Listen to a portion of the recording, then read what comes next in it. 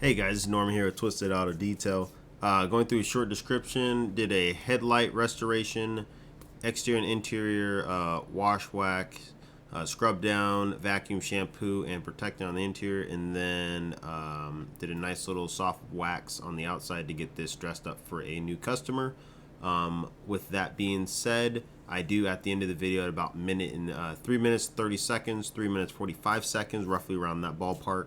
I do pour out what happened at the first 3 gallons of water I did through the shampoo, but I did a total of 9 gallons of actual shampooing. Otherwise,